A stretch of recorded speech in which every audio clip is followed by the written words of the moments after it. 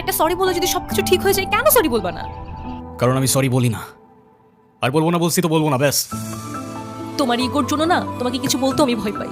সেদিন তুষার সাথে যা করছো, তারপর থেকে তোমাকে কোনো কিছু বলার সাহস পর্যন্ত আমি পাই না। এরকম চলতে থাকলে দেখবে একদিন আমি চলে যাব। তো যাও না, তোমাদের আর কেউ আটকা রাখে নাই। রাখছি, আমি আটকা রাখছি। ঈশান প্লিজ একটু বোঝার চেষ্টা করো। তুমি বাবার কাছে গিয়ে একটাবার সরি বললে সব ঠিক হয়ে যাবে। আরে আমি সরি বলবো না ভাই, বলবো না আমি সরি। এটাই কি তোমার শেষ ডিসিশন? এখন কি তোমার পেন আর পেপারে সাইন করে বলতে হবে নাকি? ঈশান আমি যদি আজকে এখান থেকে চলে যাই, হয়তো আর কোনোদিন ফিরে আসবো না। আবে তো যাও না, কে আসতে বলছো তোমাকে? যাও। কেউ বুঝেনি আমায়, কেউ খুঁজেনি আমায়, নীরবে হারিয়ে যাই সবার ভিড়ে। কেউ জানতেও চায় না আমি কেমন আছি, মনে যে পড়ে রইল সেই স্মৃতির মাঝে। কেউ দেখেনি আমায়, কেউ রাখেনি মনে, আমি একলা হেঁটে যাই অজানা পথে।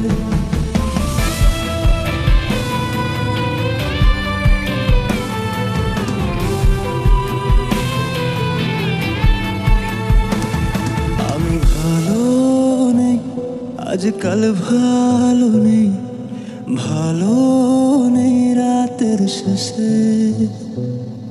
আমি ভালো নেই আজকাল, ভালো নেই, ভালো নেই রাতের শেষে।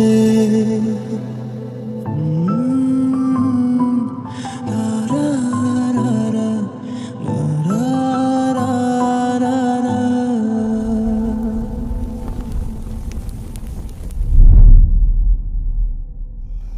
এখন তুমি স্কুল বাঙ্ক করা স্টার্ট করেছো, আবার টিচারকে ফেক গার্ডিয়ানের সাইন দেখিয়েছো। এমনটা আমি তোমার কাছ থেকে কখনোই আশা করিনি নানু ভাই। Ayra,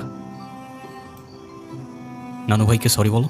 I don't say sorry, আমি সরি বলবো না। আয়রা সরি বলো। আমি কি করলাম? আমি কেন সরি বলবো? কখনো কখনো আমাদের ভুল না থাকলেও সরি বলতে হয়। বেসিক্যালি ওর কোনো দোষ নেই। ওকে মার্কশিটের সিগনেচারটা আমিই করে দিয়েছিলাম, আর ওকে আজ স্কুল বাঙ্ক করতে দেওয়াটাও আমার ঠিক হয় নাই। তো ওর হয়ে আমিই ক্ষমা চেয়ে নিচ্ছি। I am sorry.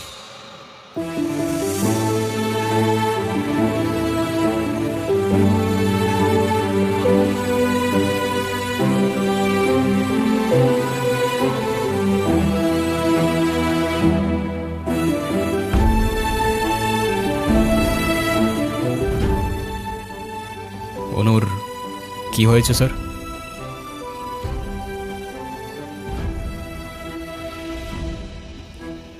আমার জেদের জন্য আমার মেয়ের লাইফটা শেষ হয়ে গেছে।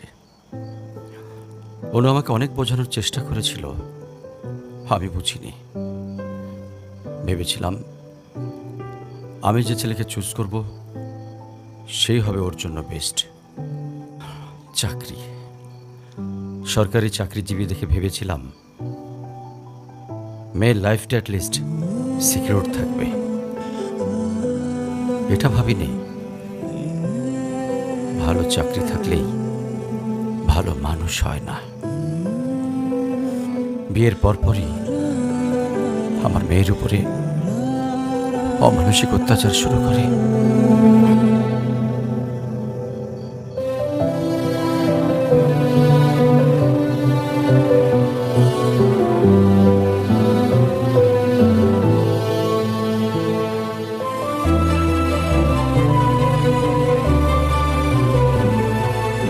তারপর পরই আমি আমার মেয়েকে